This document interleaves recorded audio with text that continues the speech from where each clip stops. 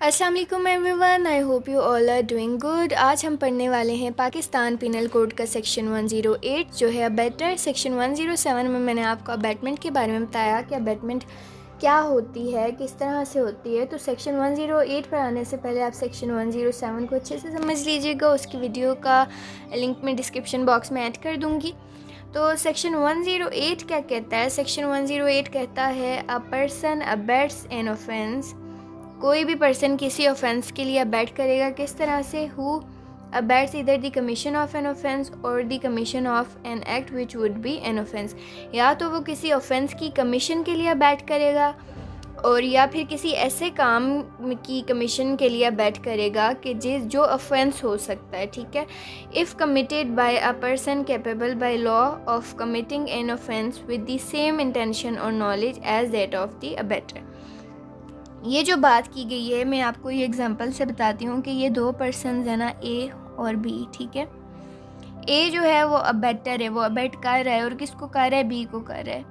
अब यहाँ पर जो बी है इसका कैपेबल बाय लॉ होना बहुत ज़रूरी है। कोई भी ऑफेंस करने के लिए जो लॉ ने जिन लोगों को कैपेबल बाय लॉ करार दिया है कि जिनको पनिशमेंट मिलेगी, ये वो होना चाहिए। फॉर एग्ज़ाम्पल ये 18+ होना चाहिए और ये सेन होना चाहिए, बिल्कुल इसकी दिमागी हालत ठीक होनी चाहिए। जो लोग इनकेपेबल बाय लॉ हैं वो कौन होते हैं? या तो वो माइनर होते हैं या इनसेन पर्सन्स होते हैं जिनकी दिमागी हालत ठीक नहीं होती, तो वो कोई भी ऑफेंस करते हैं तो उनको एक्सेप्शन मिल जाती है। अब जो ये बी है इसकी इंटेंशन और नॉलेज बिल्कुल ऐसी ही होनी चाहिए, सेम होनी चाहिए जैसे कि ए की है जो अबेटर है। इसकी एक्सप्लेनेशन 1 है कि the abetment of the illegal omission of an act may amount to an offence although the abettor may not himself be bound to do that act. अब किसी भी चीज़ के लिए कोई काम है जो करना बहुत ज़रूरी है, ठीक है, जो आपको आपकी ड्यूटी बनती है कि आप करो, उसकी अबेटमेंट करना और उसे ओमिट करवा देना कि आपने ये नहीं करना, इलीगल ओमिशन करवा देना, या तो इनकरेज करके या कमांड दे कि तुमने ये काम नहीं करना जो करना चाहिए था, वो भी ऑफेंस होता है। अब ये वो काम नहीं है जो अबेटर जो है, जो अबेट कर रहा है उसके करने का था, वो किसी और का काम भी जो किसी का करना ज़रूरी था वो भी ओमिट करवा सकता है और वो इलीगल ओमिशन होती है और वो ऑफेंस होता है। फॉर एग्ज़ाम्पल ए है और बी है। ठीक है। ए जो है वो एक पब्लिक ऑफिसर है और बी जो है एक कॉमन मैन है। ठीक है। वो अबैट करता है ए को कि उसके सामने मर्डर हो रहा है और वो ए को मना करता है कि तुमने इसे नहीं रोकना। ठीक है। अब ए की ड्यूटी बनती है कि वो अपने सामने मर्डर होता हुआ रोके, उसकी ड्यूटी है ये, लेकिन बी उसे इलीगल ओमिशन करवा देता है तो ये भी ऑफेंस है और दोनों को सज़ा मिलेगी।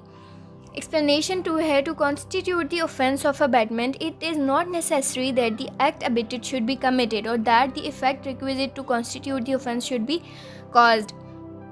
अब किसी भी अबैटमेंट का ऑफेंस होने के लिए ये ज़रूरी नहीं है कि जो चीज़ आपने अबैट की है, जिस चीज़ के बारे में आपने अबैटमेंट की है वो हो भी जाए, उसकी हैपनिंग हो या ना हो इससे फ़र्क नहीं पड़ता। आपने अबैटमेंट कर दी, आपने ऑफेंस कर दिया।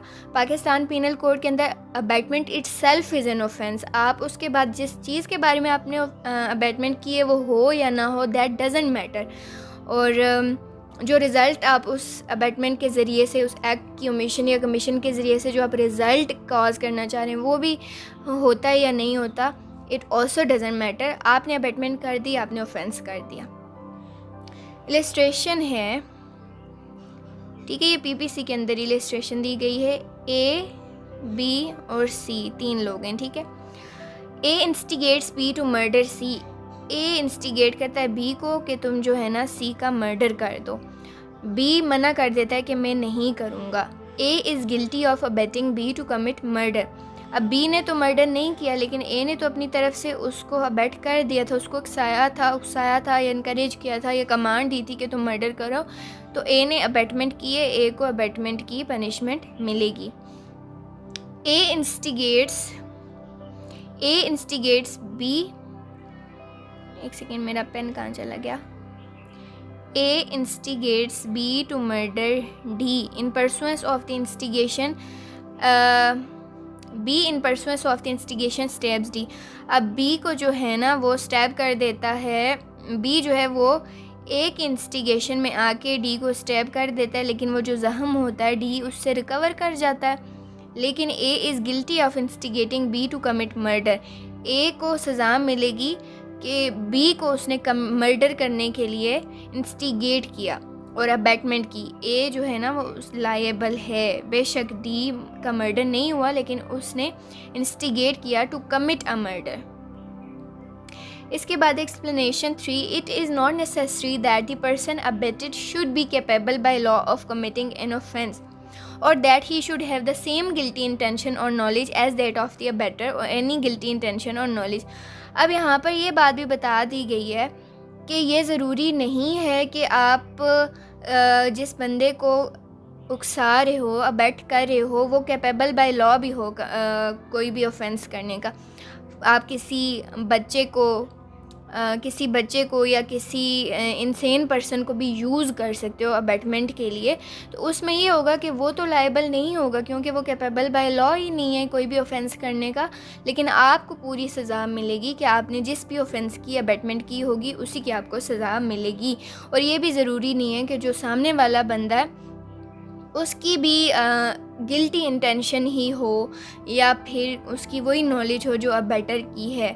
वो मे बी उसकी कोई और इंटेंशन हो लेकिन वो आपकी अबेटमेंट में आकर वो कोई ऑफेंस कर दे, तो ये ज़रूरी नहीं है कि उसकी इंटेंशन आपके साथ सेम हो। इलस्ट्रेशन है, A with a guilty intention abets a child or a lunatic to commit an act which would be an offense if committed by a person capable by law of committing an offense and having the same intention as A. Here A, whether the act be committed or not, is guilty of abetting an offense। ठीक है, एक A जो है ना वो किसी guilty intention के साथ एक बच्चे को या फिर किसी ल्यूनेटिक को अबैट करता है कि वो कोई एक्ट करे, ठीक है, कोई ऐसा एक्ट करे जो ऑफेंस हो सकता है, तो उसकी यही लाइबिलिटी होगी जैसे उसने किसी ऐसे पर्सन को अबैट किया है जो कैपेबल बाय लॉ है। उसकी सज़ा पे इस बात का कोई फ़र्क नहीं पड़ता कि जिस बंदे को उसने इंस्टिगेट किया, अबैट किया, वो ल्यूनेटिक था या वो बच्चा था। वो उस बच्चे को या उस ल्यूनेटिक को तो एक्सेप्शन मिलेगी लेकिन अबैटर को एक्सेप्शन नहीं मिलेगी। A with the intention of murdering Z instigates B, a child under 7 years of age, to do an act which causes Z's death. B, in consequence of the abetment, does the act in the absence of A and thereby causes Z's death. Here, though B was not capable by law of committing an offence, A is liable to punished in the same manner as if B had been capable by law। अच्छा, इस example में बताया गया है कि ए ने ना जी को मर्डर करने की इंटेंशन से एक 7 साल से कम उम्र का बच्चा था उसको इंस्टिगेट किया, उसको अबैट किया कि वो ऐसा कोई काम करे जिससे जी की डेथ हो जाए, फॉर एग्जांपल पॉइजन वगैरह मिला देना खाने में। तो बी अब उसकी अबैटमेंट में आके ना उसकी बातों में आके वो क्या काम करता है, ए की गैर मौजूदगी में कर देता है ऐसा कोई काम जिससे जी की डेथ हो जाती है।